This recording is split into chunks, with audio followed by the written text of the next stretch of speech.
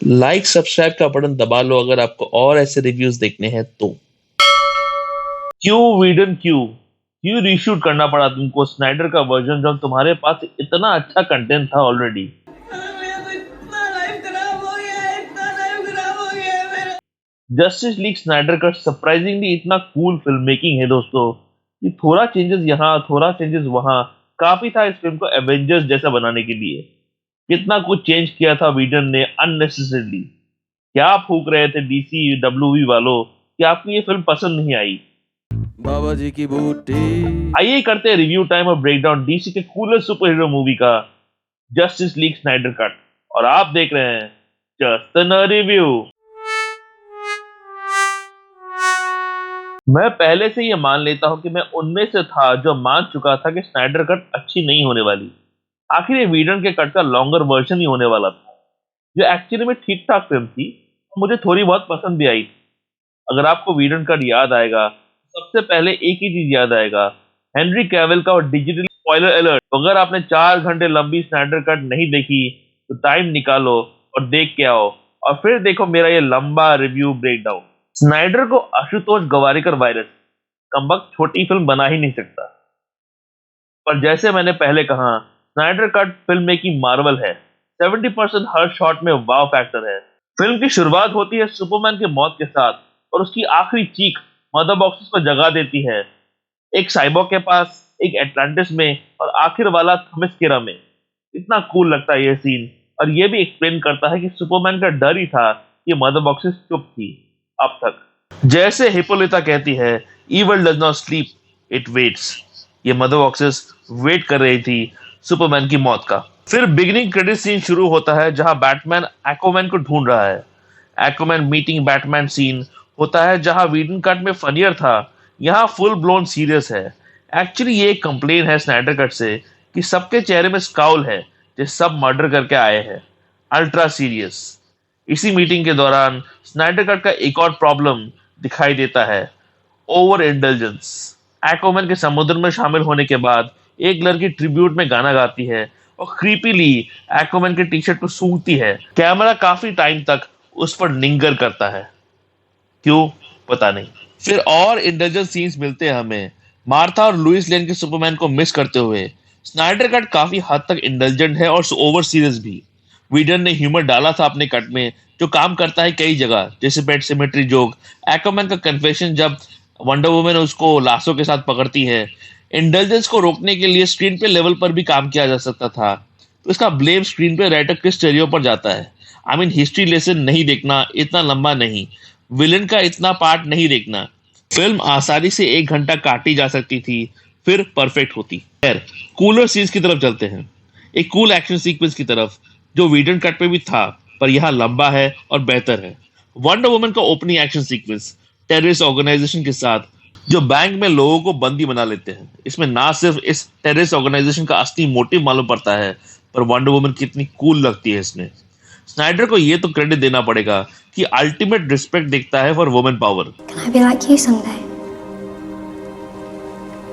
You can be anything you want to be. जो वीडन cut में missing था।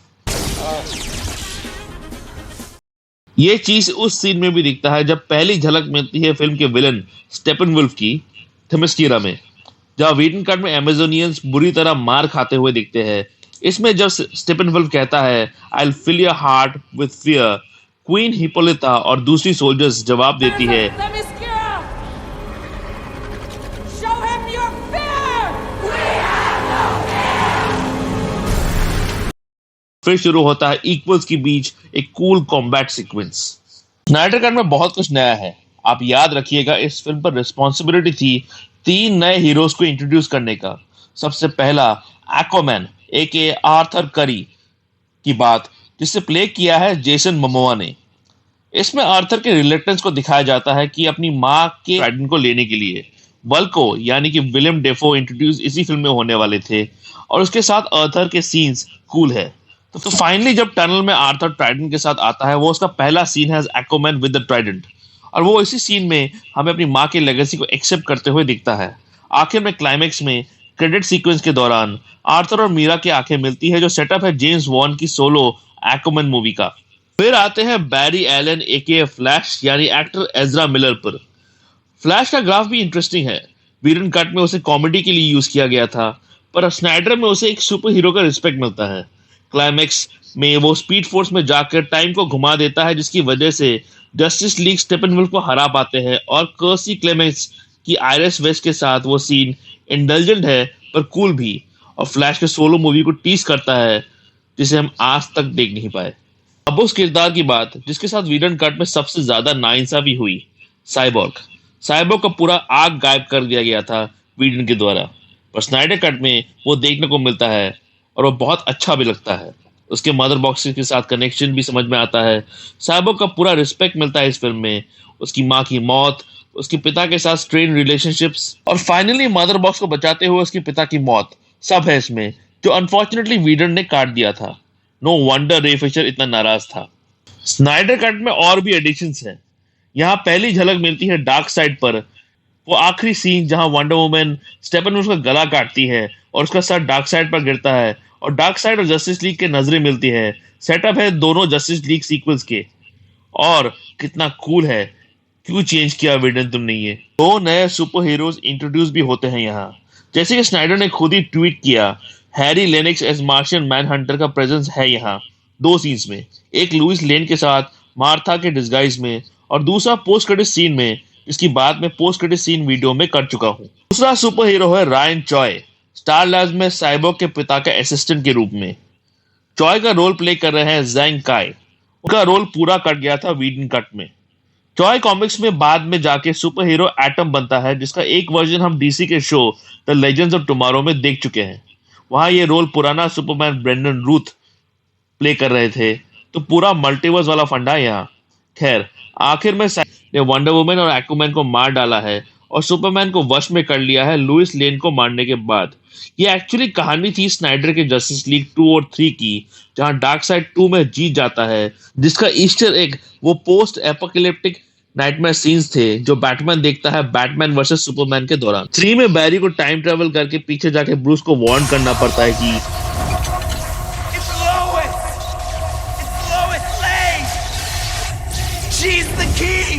जो हम बैटमैन वर्सेस सुपरमैन में देख चुके हैं, जिसके बाद बैटमैन सारे चीजों को ठीक करता है और अपनी कुर्बानी भी दे देता है। ये करते हुए स्नाइडर ने क्लेवरली फिल्म को चैप्टर्स में डिवाइड किया है, जो जरूरी भी है एज इतनी लंबी मूवी है।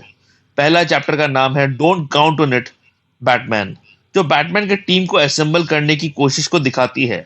दूसरा है द एज ऑफ हीरोज, जो वंडर वुमन को थमिस्किरा से तीर मिलने की कहानी है और लंबी हिस्ट्री लेसन उस ग्रेट वॉर की, बहुत साल पहले जब सबने मिलकर डार्क साइड को हराया था। तीसरा है बिलोवेड मदर बिलोवेड सन। चौथा है चेंज मशीन, जो साइबॉर्ग की कहानी है। पांचवा है ऑल द किंग्स हॉर्सेस, जो सुपरमैन रिजरेक्शन की कहानी से आगे बढ़ेगी। छठवां और आखिर है समथिंग डार्कर, जो क्लाइमैक्स की तरफ इशारा करता है, क्योंकि इसमें डार्क साइड भी इन्वॉल्व है। जहां क्लाइमैटिक फाइट की बात हुई, हर फ्रेम मजेदार है और सबको शाइन करने का मौका मिलता है, और फिल्म का हर फ्रेम इतना खूबसूरत लगता है, जिसका क्रेडिट सिनेमाटोग्राफर फेबियन वैगनर को जाता है। वीडन कट का background score by Danny Elfman बेहतर था। स्नाइडर का climatic background score by Tom Holkenborg फीका है। ये एक और प्रॉब्लम है स्नाइडर कट में। स्नाइडर कट एक सरप्राइजिंगली कूल ओड है डीसी